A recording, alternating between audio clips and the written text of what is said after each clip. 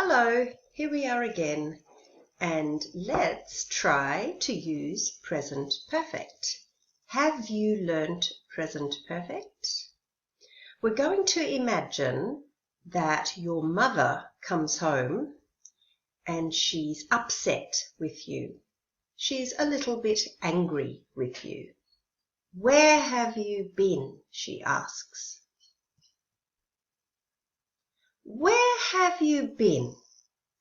What have you done? Have you done the dishes? Have you made your bed?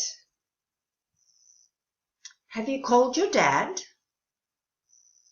Have you washed the dog? All of these questions have something in common.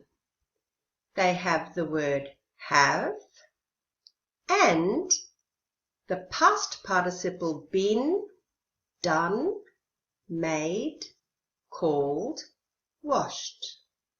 And this is the verb tense present perfect. Where have you been? Let's now look at the child, or probably the teenager's, answers. I've just been out shopping, is the first one. Then the mother asks, what has happened here? What have you done? And the answer, oh, I've broken the pot, sorry. Have you done the dishes? No, I haven't done them yet, sorry. Have you made your bed? No, Mum, I haven't made my bed yet. Sorry. Have you called your dad? Yes, I've already called Dad. But have you washed the dogs? No, I haven't had time to wash the dogs. So, you have done nothing all morning. No. I told you, I've been out shopping. Want to see my new jeans? Oh, it's probably a teenage girl, I think. Let's have a look at them again, one by one, and we'll also look at the form, how to form present perfect. So, perfect in English means up to a point in time. Up to a point in time. And present in English means now. So when we use present perfect, it must relate to now. How we feel now, how it affects us now. So how do we form it? We use have or has plus the ed or the past participle. And you probably already know that many verbs in English use ed, but many do not, like done, been, had, become. So there are many English verbs whose past participle does not look like ed, but it's the same form. So let's look at them one by one. I've just been out shopping. There's the have and there's been the past participle. The mother asks, what have you done? There's the have, broken, the past participle. I've broken the pot, sorry. Have you done the dishes? This is a yes-no question. No, I haven't, negative, done is the past participle. Here's the next one. Have you called your dad? Yes, I have, already called Dad. Now, did you see some of those words like yet and already? You have to learn where to put them in the sentence. I have just washed my hair. I have already washed my hair. I have washed my hair already. I have not washed my hair yet. Can you see the rules? Present perfect, remember, is has or have plus the ed form. So where shall we put yet, just, or already? Just, yet, already, already. So, already is the one that can go in both positions, before the past participle and at the end of the sentence. Is that clear?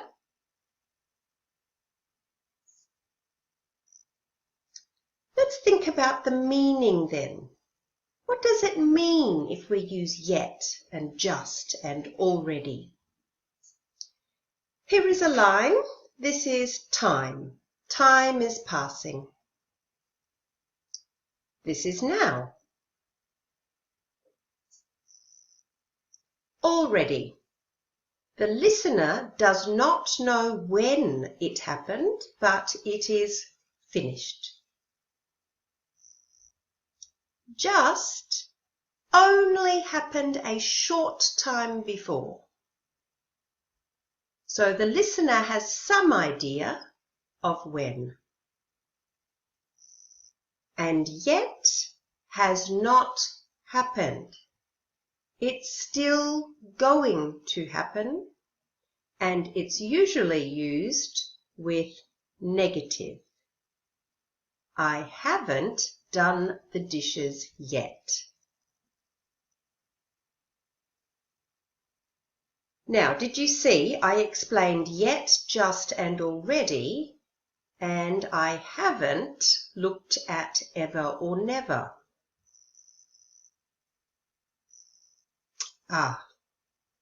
Ever or never refers to your whole life experience.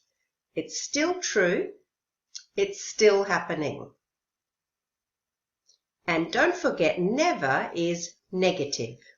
For example, I have never been to Spain, but I'm going to. There are two other very important words you need to learn with present perfect: since and for. How long have you been a teacher, you might ask me? Well, oh, sorry, and there's another question here. How long have you been married? I have been a teacher for almost 25 years. I have been a teacher since 1992. I have been married for almost 25 years. And I have been married since December 91. And all of these are true. So at the end of the year, I'm going to have a big party because I have been married for almost 25 years. So what's the difference? For refers to a period of time, and since refers to a particular time or year. All right, let's think about ever and never again. Have or has plus ever or never plus the ed. Here is a question. Have you ever, and then ed? You will answer yes I have, or no I haven't, or no I've never, ed. Have you ever climbed Mount Everest? No, I haven't. No, I have never climbed Mount Everest. Have you ever had the flu? Yes, I have, unfortunately. Have you ever walked for 8 hours without stopping? No, I have never walked for 8 hours. Now let's try together before we finish. I'll show you a series of question and answers and try to put all the words in order. I'll give you some time.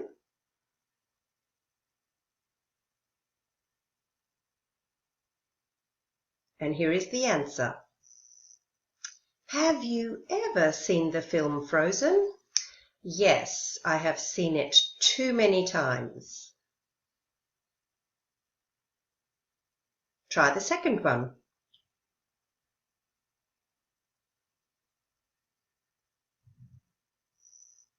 Have you ever heard a song by Madonna?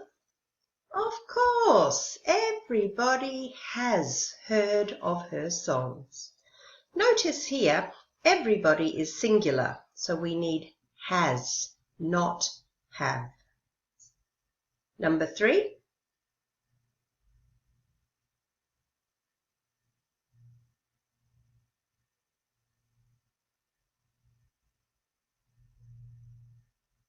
Here is the answer.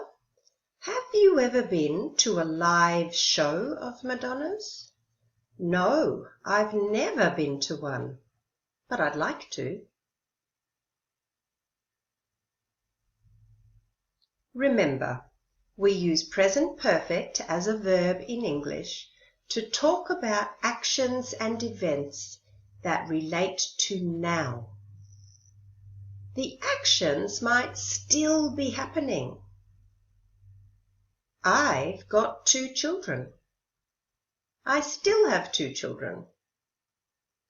I've lived in Australia for 10 years.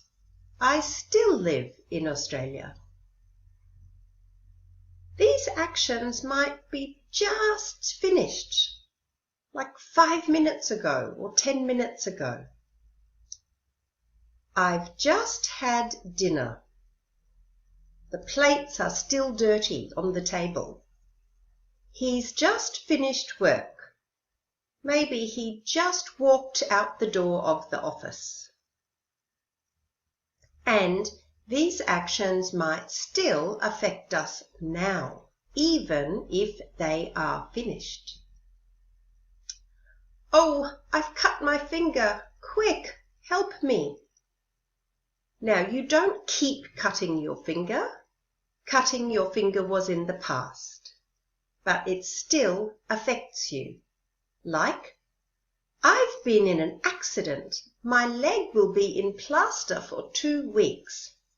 The accident is finished, but the feeling and the pain and the broken leg continue. So we need present perfect. So, in this video, you have reviewed the verb tense present perfect. You have learned where and how to use yet, just, already, and ever or never. And you have just learnt the difference between since and for. But my guess as an experienced teacher is you probably have not practiced enough yet. So, hit the books. There's loads of good practice materials on the internet, and I'm sure your teachers will help you. I will see you again very soon. Bye-bye.